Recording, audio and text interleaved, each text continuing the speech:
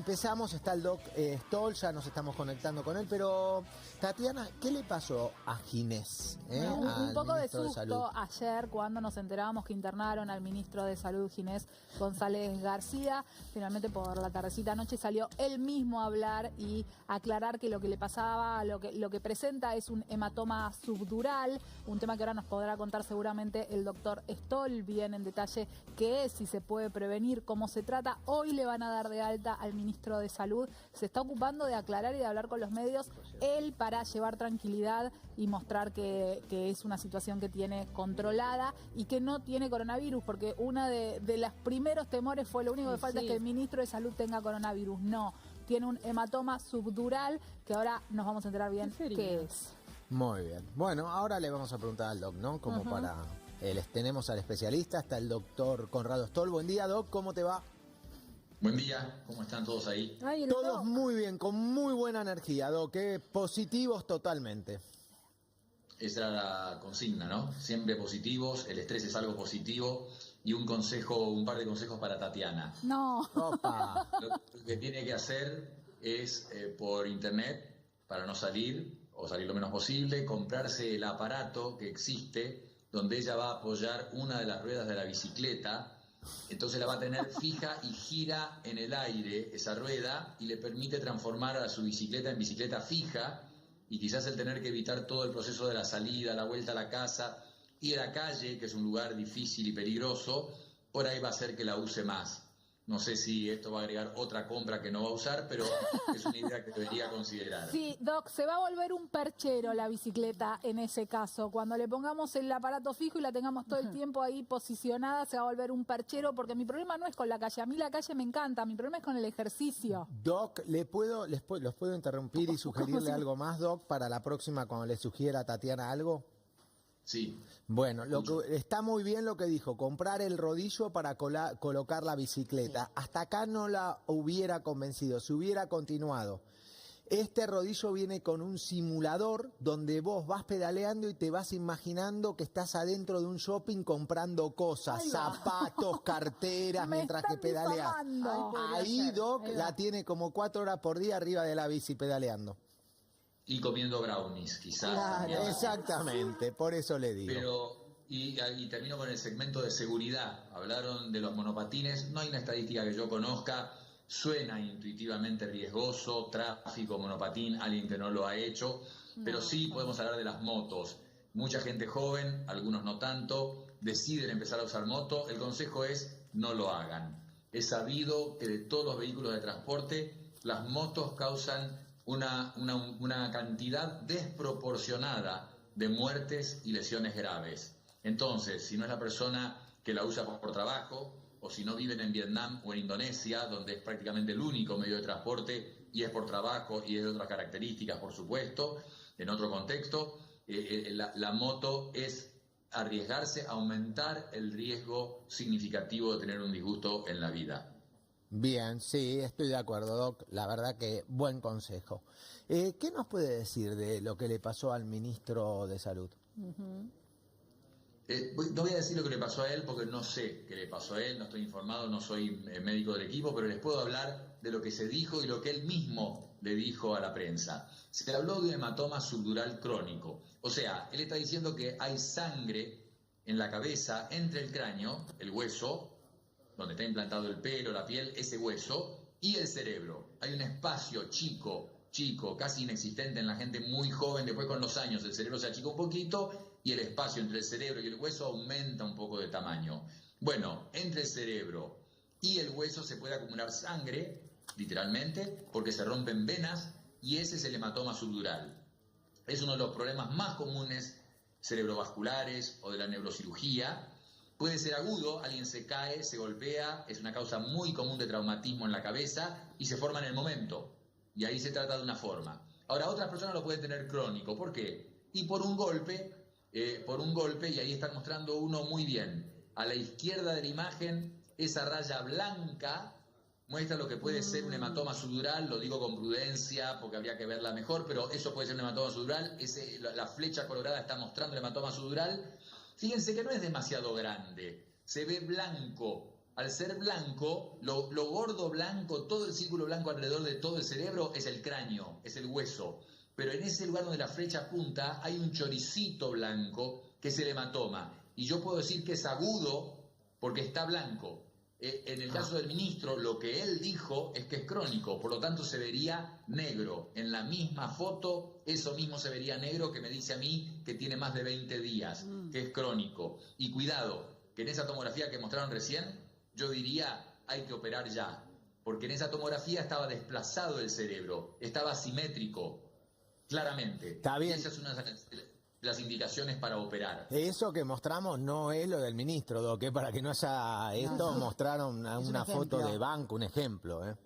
Está muy bien, y yo enfaticé que justamente esa es aguda porque se ve blanco, en el crónico se ve negro. Claro. Ahora, cuando un paciente tiene parestesia es hormigueo, adormecimiento, cualquier síntoma que alguien tenga, si justamente es en el brazo opuesto al hematoma, el hematoma está causando el síntoma. Y cuando son crónicos, normalmente no dan síntomas. Por ahí una cefalea muy leve y los médicos deciden no tratar a la persona, no sacárselo y le sacan fotos cada tanto para ver que no cambie. Pero si repentinamente un día, y de nuevo estamos hablando en general de hematoma subdural crónico, si alguien se despierta y durante el día tiene síntomas en un brazo, eso quiere decir que el hematoma subdural crónico algo le pasó.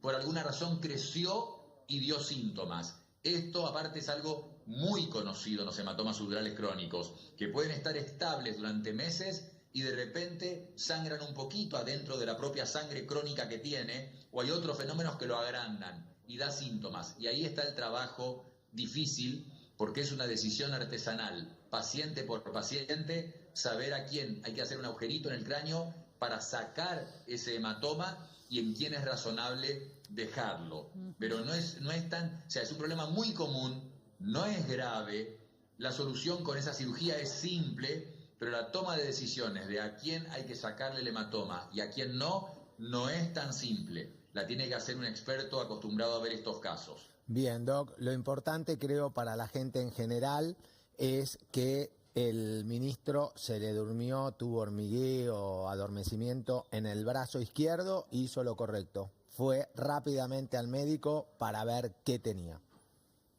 Lo que hemos dicho desde el día 1, cuando uno tiene cualquier síntoma que sugiera algo neurológico, se altera la vista, se altera el equilibrio, se altera el habla, no puedo mover algo, estoy torpe repentinamente, ir rápidamente para descartar lo que sea, un ACV más clásico o esto, un hematoma subdural que es una forma de ACV. Y si hay dolor en el pecho, presión en el pecho, brazo izquierdo, en el maxilar, cuidado, urgente a descartar un ataque cardíaco, sin duda. Pero consultas de rutina o las que se pueden resolver por telemedicina o por teléfono, evitar, por supuesto, saturar los sistemas de salud. Bien. Doc, tenemos muchos temitas, muchas preguntas, muchas opiniones y acá vino quien nos tira la luz sobre estos temas. Doc, desde el principio dijimos que era importante que no se sature el sistema de salud. ¿Hasta cuándo hay estudios, hay una nueva herramienta matemática también que se desarrolló acá en Argentina? ¿Hasta cuándo se supone que nuestro sistema de salud no va a estar saturado o tal vez no se va a saturar nunca? Mira, las variables que hay que tener en cuenta son estas. Todos sabemos, empezando por el presidente Fernández que lo ha dicho, que tenemos un sistema de salud débil. Son décadas de no apostar y no invertir en el sistema de salud. Se ha reforzado, lo hemos escuchado al ministro, en los últimos 3 meses se ha reforzado, lo ha dicho el gobernador Kicillof, que se agregaron camas, pero vos entendés que la salud es un tema muy complejo y sofisticado, es difícil hacer algo significativamente distinto, más que agregar camas, en poco tiempo. Y aparte, como también bien dijo alguien en el gobierno, no son solo camas ni respiradores, hay que tener personas que sepan manejar el paciente que está en esa cama y al respirador, porque el manejo de la terapia intensiva es un manejo muy sofisticado que no lo hace cualquier médico. Entonces, yo no conozco las variables específicas y el cálculo matemático que sé que se hizo, no sé que esté publicado. Las publicaciones son lo que dan la validez a los datos para que vos digas, estos números son así. Yo puedo decir nada más que en Alemania tienen 30.000, son 80 millones el doble, tienen 30.000 camas de terapia intensiva. O sea, si tuviéramos algo proporcional a Alemania, deberíamos tener 15.000 en el país. Ahora, ellos con sus 30.000 camas, todo el tiempo de la pandemia, tuvieron reservadas 12.000 libres. la tenían reservadas 12.000 libres, y de las 12.000, 6.000 libres exclusivas para COVID. Y con su amplio testeo y su obediencia en el aislamiento, lograron no saturar el sistema de salud. De hecho, Alemania fue una de las excepciones de Europa, junto con la mayoría de los escandinavos, a diferencia de Francia, Reino Unido, Italia y España, en que no hubo saturación del problema y lo controlaron muy bien. Así que, sí, los epidemiólogos y sanitaristas tienen que poder calcular cuántas camas de terapia intensiva, o sea, cuántas terapias intensivas hay, cuántas camas hay en cada una, cómo vienen los contagios. De todos los contagios sabemos que 5% pueden tener una enfermedad grave. Pero estos números, Ariel, son complejos. ¿Por qué? Tenemos mucha población vulnerable. La población vulnerable se contagia más. Entonces la matemática del contagio no es tan exacta o predecible como en países desarrollados. Y además, de los contagiados entre gente de bajos recursos económicos, es más probable que tengan una enfermedad más grave, porque tienen carga crónica de enfermedad, años de exceso de peso, de hipertensión, de diabetes, por ahí no tratada óptimamente. Ese es el problema de los sistemas de salud, que son un poco más débiles. Imagínate, Brasil, lo que está pasando en este momento. Así que el cálculo es muy difícil, pero esa es la forma de hacerlo. Entonces, 5% necesitarán terapia intensiva, de eso es un porcentaje el uso de respiradores, y así vos podés predecir aproximadamente, según cómo van creciendo los números, qué necesidad tendrás, y siempre buscando el objetivo de que no se llegue a saturar el sistema de salud para que no pase lo que hemos visto en otros países. Está bien, perfecto, Doc. Y está bueno lo que dijiste recién para que la gente nada más no ande repitiendo por ahí, che, ¿por qué no ponen más respiradores? No juntamos plata para comprar más respiradores y punto. Vas a tener los respiradores, pero no vas a tener el médico especialista, el enfermero especialista, el kinesiólogo, el infectólogo, el microbiólogo, la gente capacitada de limpieza, todo lo que requiere cada respirador para estar en funcionamiento. Es decir, eso es cuando vos nos decís es complejo el sistema de salud. No se trata del respirador, sino de toda la maquinaria que se necesita para ponerla en funcionamiento. Y hace memoria, hace más de un mes, cuando hablamos de la hipoxia silenciosa, antes se pensaba todo paciente, esos que llegan con el oxígeno bajo, directo, intubarlo al respirador. Hoy sabemos claramente, no digo que sea en una enorme proporción, pero hay una proporción muy significativa de pacientes con COVID-19 que llegan con un oxígeno pésimo, que parece el indicador, el número solo te dice hay que intubarlo, y no es así. A muchos de ellos, con solo ponerle cánulas de oxígeno en la nariz, o otros sistemas que no son tan invasivos como un respirador, o darlos vuelta, ponerlos boca abajo, se les puede evitar el ventilador. O en muchos casos, en la casa, que se estén monitoreando con el saturómetro, lo hemos dicho nosotros, para medir cuánto oxígeno hay en la sangre, mientras se mantenga arriba de 92% el oxígeno en la sangre, tranquilo con el COVID-19 en su casa. Ahora, si baja de 90, si está en 80, 80 y pico, ahí consultar o llamar. Bien, Doc, perfecto. No, estas cositas que decimos son para que la gente pueda pensar un poco más en las complicaciones que tiene cada respuesta simple, ¿no? Porque también es lo mismo con los test. El otro día tengo un amigo que vive en Alemania y me contaba todo el trabajo que hay atrás. Primero que sacarse el sombrero para decir los países que se pueden organizar los grupos de trabajo y demás. El test es lo más fácil de hacer, Doc. Pero primero tenés que tener la gente que haga el test y una vez que detectás el caso, empezar a ir a buscar a cada contacto que tuvo, testearlo. Estuvo con el verdulero en ese momento estaba el que le lleva al verdulero las cajitas de no sé qué. Es una cantidad de gente infernal, una logística difícil, ¿no? No es solamente hacer el test para que después no tengas más virus circulante. Todo es así en la vida. La máquina que hace un diagnóstico es muy sofisticada, muy complejo haberla desarrollado, carísimas, millones de dólares. Pero lo difícil es hacer el diagnóstico. Es esa hora que un médico está escuchando a un paciente una historia para saber si hay que hacer o no ese estudio. Esa es la parte compleja. Y en lo práctico, como decís vos, la vacuna, el mejor ejemplo, lo hemos dicho también acá. Es dificilísimo desarrollar la vacuna, muy difícil. Ya hemos hablado fase 1, fase 2, fase 3, las dificultades que tiene. Pero después encontramos que el cuello de botella está en fabricar 6.000, 7.000 millones de frasquitos donde uno va a poner la vacuna para inyectar, tener 7.000 millones de jeringas para inyectarlas, o las personas o los lugares donde van a inyectar esas 7.000 millones de dosis. Si hemos tenido dificultades para la administración de la vacuna de gripe, que hay cantidad enorme de esa vacuna y disponibilidad y lugares para darla, y este año, por lo del COVID-19, fue difícil acceder a ella, tenés razón. como pasa en la vida en general, esos pasos que se llaman y que tienen que ver con la logística, muchas veces son los que impiden que las cosas sucedan. Y diste un ejemplo perfecto, tu amigo en Alemania, el ejemplo paradigmático de la organización perfecta, y las cosas salen bien. No basta tener aparatos caros ni tecnología. Muchas veces dicen, no, tal hospital tiene el aparato caro, compraron el robot para la cirugía. No. Las cosas salen bien cuando hay personas que saben hacerlas y cuando la organización para que las hagan está bien armada. Bien, Doc. Te iba a hacer la pregunta, escuchamos ahora que Francia les recomendó o dio la orden a sus médicos de no recetar hidroxiquina ahora. Y como vos dijiste bien recién, estos son cosas complicadas, pero creo que lo interesante es que se puedan hacer relativamente simples para la audiencia, para que todos estén empoderados y puedan hablar y entender perfectamente.